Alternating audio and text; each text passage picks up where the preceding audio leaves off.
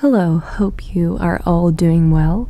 Today's topic is all about Atlantis. I'm pretty sure you have heard at least once in your life about this word, but whether you know the mystery behind this word or not, in this video I will cover everything about the Atlantis, from the start to up until now. Shout out to Angelica for providing us with this video topic.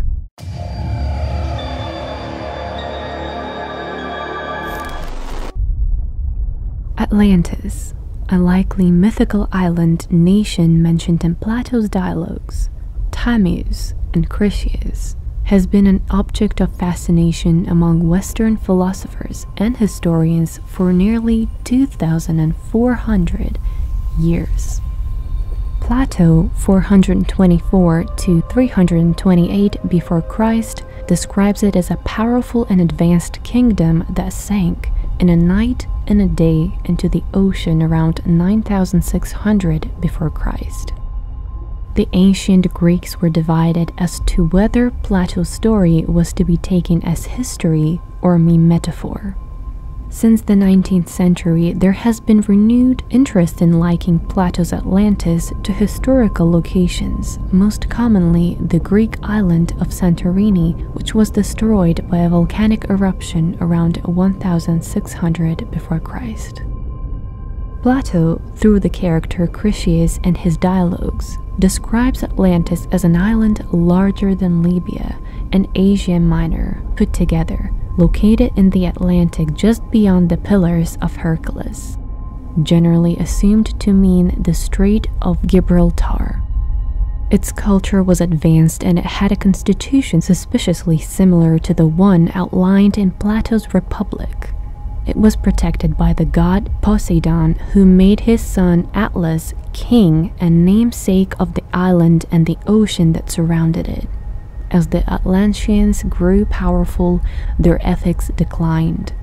Their armies eventually conquered Africa as far as Egypt and Europe, Tyrrhenia, Etruscan Italy, before being driven back by an Athenian-led alliance. Later, by way of divine punishment, the island was beset by earthquakes and floods and sank into a muddy sea.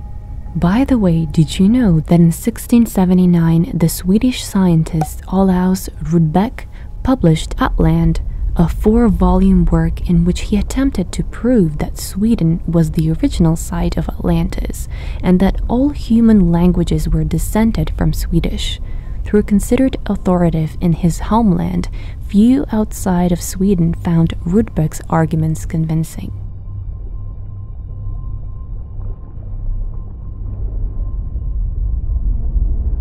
Plato's Critias says he heard the story of Atlantis from his grandfather, who had heard it from the Athenian statesman Solon 300 years before Plato's time, who had learned it from an Egyptian priest who said it had happened 9,000 years before that.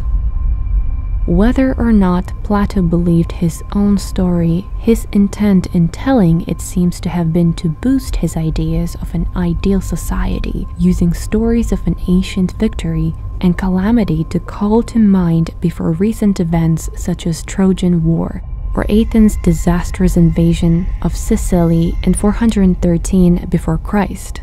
The historicity of Plato's tale was controversial in ancient times. His follower Crantor is said to have believed it, while Strabo, writing a few centuries later, records Aristotle's joke about Plato's ability to conjure nations out of thin air and then destroy them.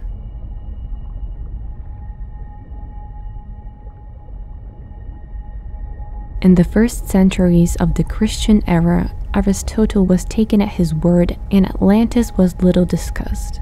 In 1627, the English philosopher and scientist Francis Bacon published a utopian novel titled The New Atlantis, depicting, like Plato before him, a politically and scientifically advanced society on a previously unknown oceanic island. In 1882, former U.S. Congressman Ignatius Donnelly published Atlantis, the Antediluvian World. which touched off a frenzy of works attempting to locate and learn from historical Atlantis. Donnelly hypothesized an advanced civilization whose immigrants had populated much ancient Europe, Africa, and the Americas, and whose heroes had inspired Greek, Hindu, and Scandinavian mythology. Donnelly's theories were popularized and elaborated by turn of the 20th century Theosophists and are often incorporated into contemporary New Age beliefs. From time to time, archaeologists and historians locate evidence, a swampy, prehistoric city in a coastal Spain, a suspicious undersea rock formation in the Bahamas that might be a source of Atlantis' story. Of these, the site with the widest acceptance is the Greek island of Santorini, ancient Thera, a half-submerged caldera created by the massive second millennium before Christ. Volcanic eruption whose tsunami may have hastened the collapse of the Minoan civilization on Crete. And this is it for the Atlantis video. Let me know, what do you think about this topic? Do you believe in Atlantis? There are so many mysteries in this world and so many wonders that are still yet to be discovered. And whether it's true or not, I think it's fun to believe in these sort of mysterious places on Earth. Don't forget to comment, like, and subscribe if you like this video. Don't forget about the mystery link in the description down below, and I will see you, as always, in my next creepypasta video.